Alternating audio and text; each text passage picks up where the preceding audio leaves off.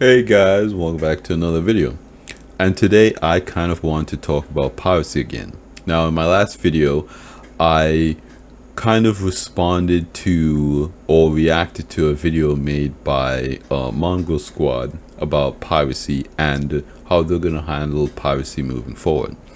In today's video, I kind of wanted to talk a little bit about cargo haulers and what you should do as a cargo hauler. Now, there's an event going on right now that CIG is holding called the Foundation Festival, and it is essentially a event where older players, older backers kind of guide newer players and newer backers through the content in the game through a system called the guide system. And in the spirit of the Foundation Festival, I wanted to make a guide video for newer players who are interested in getting into the cargo hauling profession. Now, the Foundation Festival is a cool event, a little event. It is essentially an event where Star Citizen is free to play and is also on sale from $45 to $40, and you get an extra skin, I believe. Now, if you use somebody's referral code, you will also get a free ground vehicle called the STV and a skin for that ground vehicle. I will leave my referral code linked in the video description if you guys are interested in playing Star Citizen and trying it out for yourself. Now, let's get into the video. So, one of the things that I said in my video before about piracy is that this is kind of the golden era of negotiation. But I didn't really actually talk a lot about how you actually negotiate with pirates or what you do if you want to get into the cargo hauling profession. Now, to kick things off, I kind of want to start by talking about a situation that Avenger 1 brought up in a video that he recently posted, talking about piracy in Star Citizen right now. And one of the things that he talked about in his video was that he didn't really understand why players went around without protection. And I wanted to talk a little bit about that. So to kick this video off, I want to talk about what I see a lot happening in the game and kind of my advice around that. So first off, a lot of players, in my opinion, don't hire protection because there really isn't that safeguard in place yet. One of the big things that can happen is you hire protection, and as soon as you buy the cargo, this person essentially betrays you, and there really isn't that much incentive for somebody to be 100% honorable. And I have been in game, and people have said that they've had bad experiences. Now, I'm not saying this is the norm.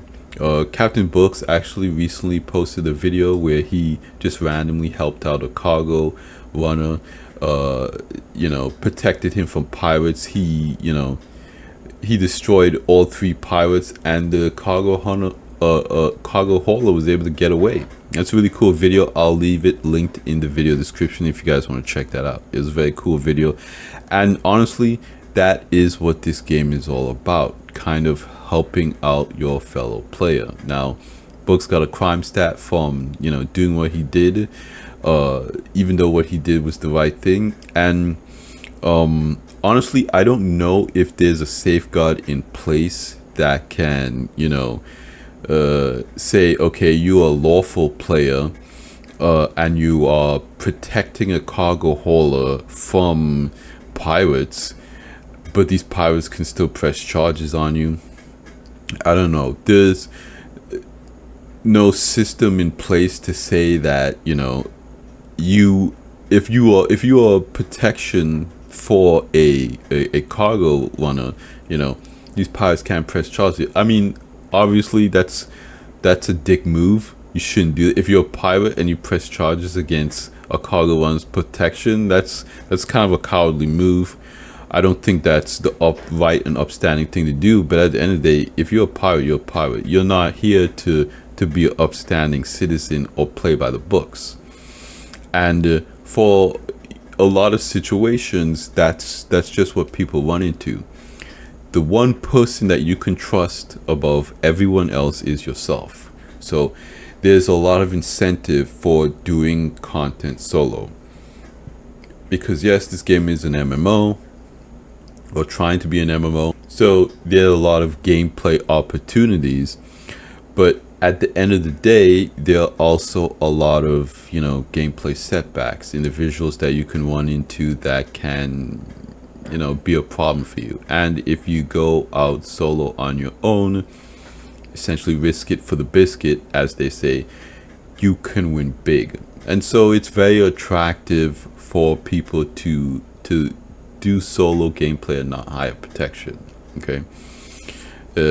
Once there are more systems in place where maybe there's a player-to-player reputation system. I don't know what CIG is going to implement.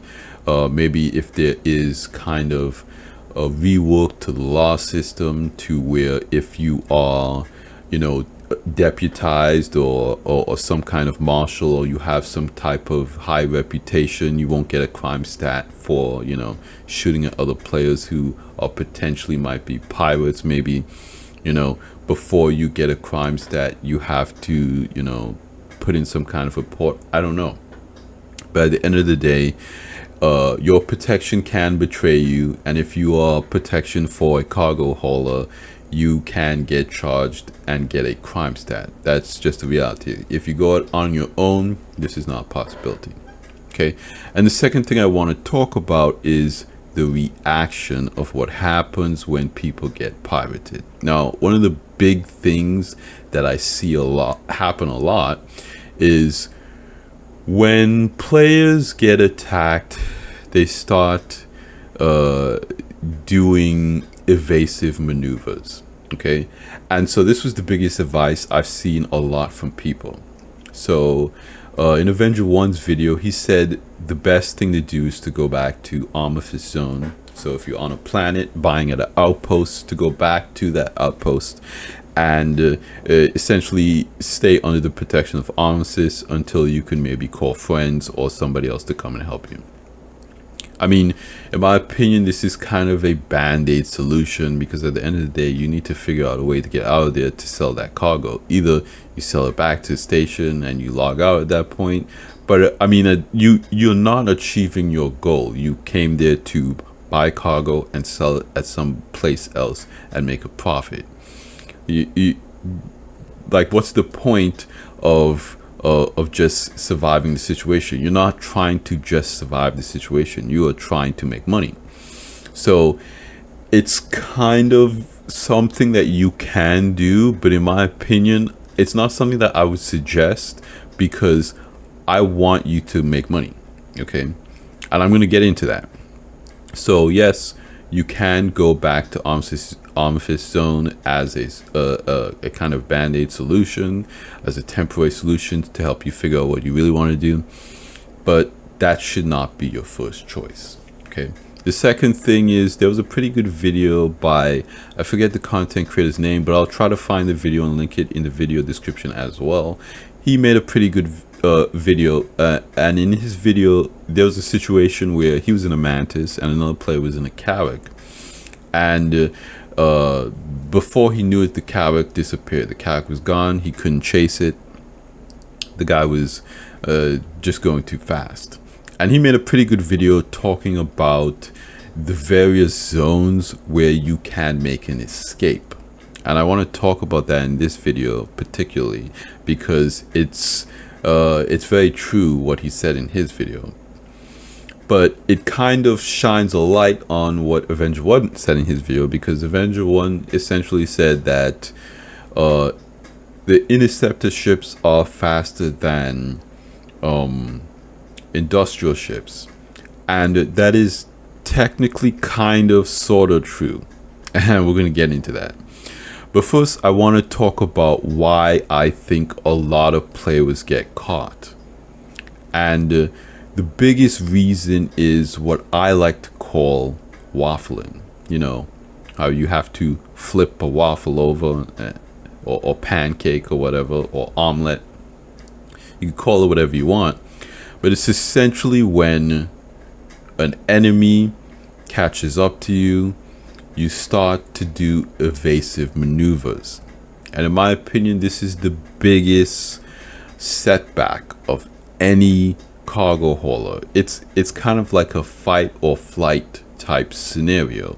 You see an enemy, it's your first instinct to try to maneuver to get away from them. This is bad, and you have to unlearn that, essentially, because what's actually happening is that in an industrial ship, you are fastest in a straight line using your main thrusters. Okay, interceptor ships, combat ships, and interdiction ships, they are all faster turning, so they have faster turning rates. So if you try to outmaneuver them, they will close the gap and merge on you, and you will be in a situation where you can no longer escape. So if you are in an industrial ship, evasive maneuvers, I know this might seem, counterintuitive, is actually a bad thing. As an industrial ship, if you want to escape successfully, it is your goal to fly in as straight of a line as possible. Because when you fly in a straight line, you are at your fastest. The second reason why flying in a straight line is important is because it kind of groups the other players, the pirates, around behind you, because they're essentially trying to follow you. And so if you have a turret gunner or a or any type of protection, it corrals the pirates in one place, or corrals the pirates for your protection. Now, what a lot of people think is, okay, I have a turret gunner to offer me protection, I need to get them in position. I've seen this in videos before as well. The turret gunner will tell the pilot, I can't fire at them, get me in position. This is a no-no. As the pilot, it is your job to fly in a straight line. Do not try to get your turret gun in a good position by doing fancy maneuvers. That will cut down on your speed and give the pirates an ability to close the gap. Again, you do not want the pirates to be able to close the gap. You want to create a gap. So you need to fly in a straight line. When you fly in a straight line, what it does is it corrals the pirates behind you if they're slower than you once you get up to speed. Okay, and this will put them in direct range of your turret gunner. So you just need to fly straight. They will corral around you, and the turret gunner will shoot and get what, again, the turret gunner's goal is not to really blow them up.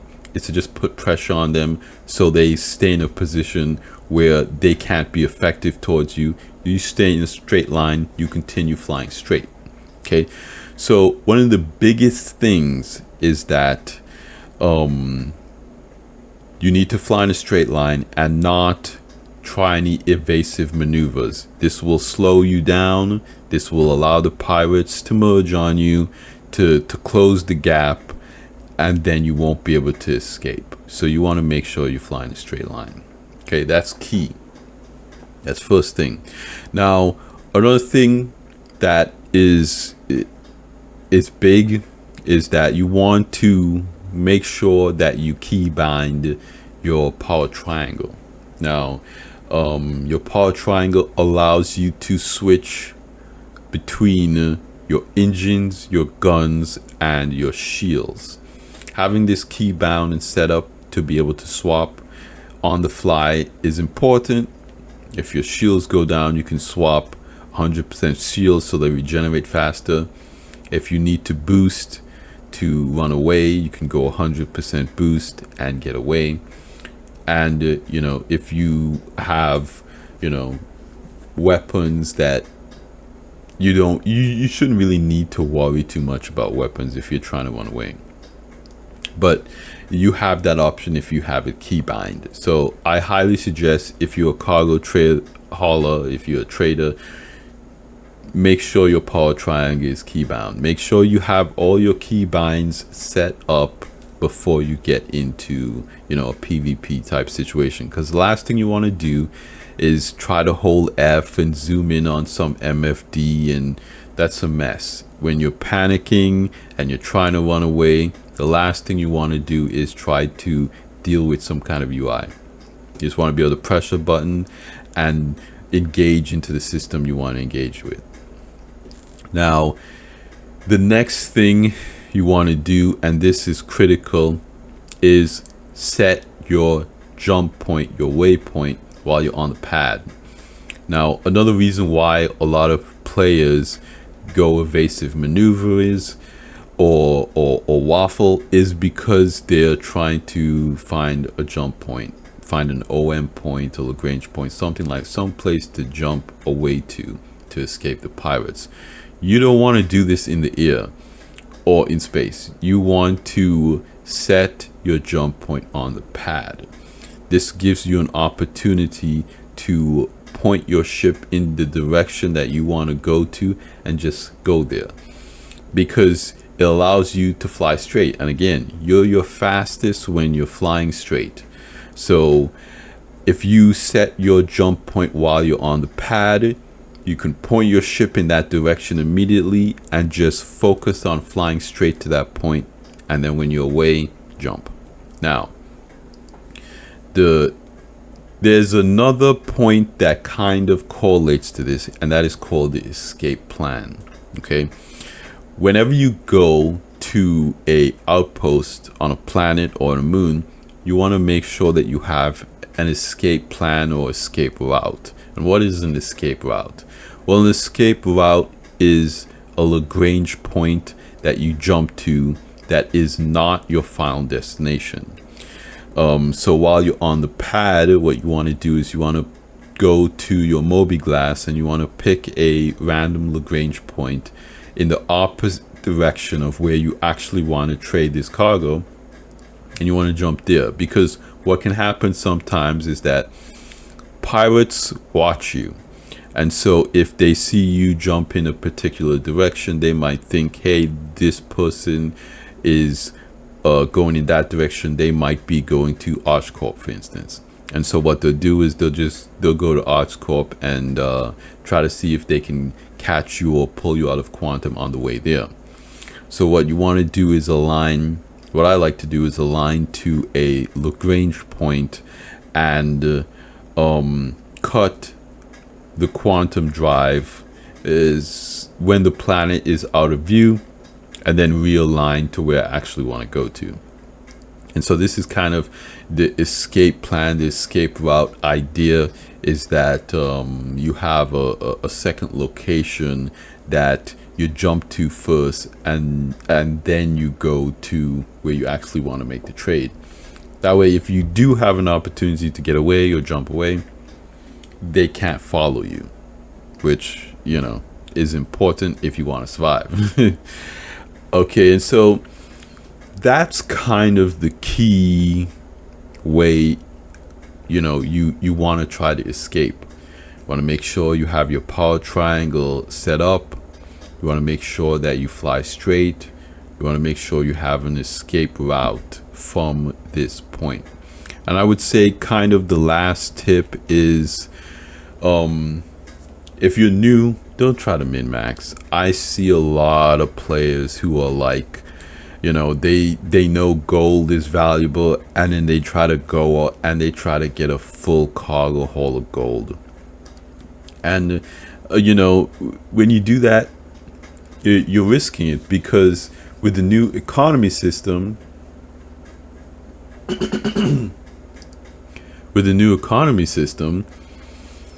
pirates know where the money is, so they will essentially camp out valuable locations. And so if you know, want to avoid a lot of the riffraff, go to the less high traffic areas. Okay, to me, you see locations where people are buying a lot of gold. Obviously there are going to be a lot of pirates in those areas. If you're cargo hauling and trading as a solo industrialist player, you just go to the less high traffic areas to start off with, and you buy a mix of cargo. Don't go full gold, and you kind of work your way up, build up to the confidence. Maybe you might come across some pirates, and when you're more comfortable knowing what to do, then you can take on those high traffic areas and cargo haul a full load of gold. Okay, and so the last thing I want to talk about is the art of the negotiation. Now, the negotiation table, in my opinion, is reserved for equals. If you go into negotiations from a perspective of you are the victim here, you don't want this to happen, the pirates won't respect you. The pirates won't negotiate with you. They won't want to deal with you. Okay, so you need to essentially have confidence about the situation. Like you're haggling, you go to a kind of swap meet or local fair, and what you do is you haggle with the vendors. I know a lot of people don't like doing that, but at the end of the day, building up your negotiation skills is going to get you out of a lot of these situations. So you want to make sure when you start off negotiations, you want to be sure of what you're doing. You want to be sure of your plan. You want to be sure of your price, and you want to have confidence in your delivery. What I like to do some of the times is I like to ease into the conversation, throw a joke or two out there, how's business tonight, boys, that type of thing. Maybe throw a joke in there, have you guys heard about the one with the woman from Delamar? And then they're like, oh, I haven't heard about that one. Kind of ease into it, okay? And then you throw out the price. And what you want to do is you want to make the next guy seem more attractive than you. Kind of paint this picture. Hey, I'm the ugly friend. Tonight you could go home with a supermodel. Who do you rather spend your night with? A guy carrying waste, or the next cargo hauler who's carrying a full load of gold and he's a complete noob, doesn't know what he's doing? Who do you really want to pirate? So that's another technique you can utilize. And again, if you have a full cargo hold of gold, that strategy doesn't work. But next thing you want to do is you kind of want to understand who you're dealing with a little bit. That's why I say ease into the situation, test the waters, kind of figure how many pirates are on you. If it's one or two guys, then negotiation's a possibility. If it's like 5 or 7 pirates, they're probably not gonna want to negotiate as much, because they need to make that encounter worth their time. At the end of the day, there's kind of gonna be no number that's worth it for 7 players. But if it's 2 players, yeah, maybe you can say, let's work out a deal. I'll give you 40k and we forget this thing ever happened. That's a possibility if there's 2 or 3 guys. That's less likely if there's like 7 players, because they have enough people to move the cargo and be efficient. Now if you have like 100 SCU of cargo and there's two pirates there, it might take them a while to move all that cargo. So, or they might not have a big enough ship to move all that cargo. It makes it a little bit easier if they're just like, okay, 40K just for hassling this guy, we split it, we each get 20K, that's a pretty good mission payout. We'll take that deal, and you go about your business. So you really want to try to take the opportunity while you're on the call with them to kind of understand the situation, understand where their head's at, understand what's going on. Then you can make better negotiation choices on what kind of number you're dealing with or what they want to do. Because a lot of times, they'll say they want to negotiate, but the negotiation is, give us all your weapons and armor, and we'll like put you in a down state, or you just stand over there by that rock while we take all your cargo, and then maybe we'll give you your guns and armor back. Don't negotiate for that deal. But again, if there's like two pirates versus 7 pirates, again, 7 pirates, they're probably gonna negotiate that you stand over by a rock while they steal all your stuff, and they'll let you live, and you'll have your ship and you can go back on your way. If that's worth it to you, maybe. For most people it's not. That's why a lot of people just like, try to crash into the planet or self-destruct or suicide or whatever. But that, again, that's totally up to you. But definitely have a bottom dollar. At the end of the day, you know what your cargoes will, you know how much you pay for it, you know what kind of price you're willing to give them. There's some pirates who want the action, and there's some pirates who want the money. And when you're on the call with them, you can kind of see what kind of pirate they are. Are they the pirate who wants the action, or are they the kind of pirate who wants the money? If they're the kind of pirate who wants the money, don't be stingy. Give them an attractive number. And if they seem honorable or whatever, I don't know. Again, at the end of the day, this is all about respect. They might not double cross you, but just make sure that number makes sense for you. If it's too high and they double cross you, you're just out, you're out the amount of money that you paid for that cargo and the money you paid them. So you got to do the math in your head and figure out what makes sense for you. But again, it is a very interesting and potentially tense situations when you get into negotiation. I enjoy it. Not everybody enjoys it. Again, I say it's a good thing that I want to see more people practice.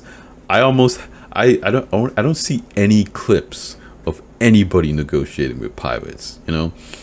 Maybe I don't watch enough Star Citizen content on YouTube, but I want to see more people get into more interesting negotiations. I think it's an interesting emergent aspect of gameplay.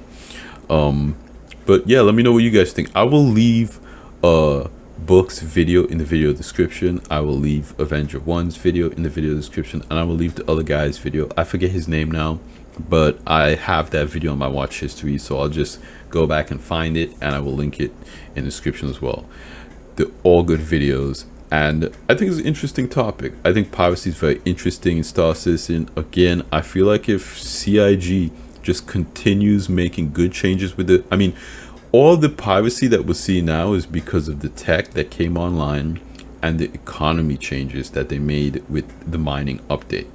If CIG continues to make good economy changes, more players will do trading, and more pirates will have more people to pirate. And it's what I said before in my other video. If you're interested in piracy, you should be a big advocate for an economy in Star Citizen, because the more economy there is in the game, the more industrialists will play the game, and the more people you will have to pirate. Piracy is good right now. This is the golden age of piracy, because people are actually engaging with the game. People are trying to make money trading gold and other resources, and it's a good thing. So the more players make noise about CIG putting an economy in this game or making more economy changes. Look at the Hull C. The Hull C is coming. huge cargo capacity. What is CIG going to do about it? Nothing. So we need to make noise. We need to yell at them. We want an economy in this game. Give us the opportunity to really sink our teeth into this game and have something to play. And hey, people will play it. People are interested in this game, even with the bugs. People will go out there and pirate and loot and cargo haul, and they'll deal with it if there's something for them to sink their teeth in. And right now, without an economy, it's rough. People are struggling, and again, if this is gonna be a real MMO, we need an economy. We need economy is a backbone, in my opinion, for any multiplayer game. You can't have a multiplayer game without some kind of economy, because players need something to do. They need a reason to do it. And if the industrialists are cargo hauling, the pirates will come out. The higher protection. There'll be more, prison gameplay. There'll be more medical beacons. There'll be more refueling stuff. There'll be more logistic ships.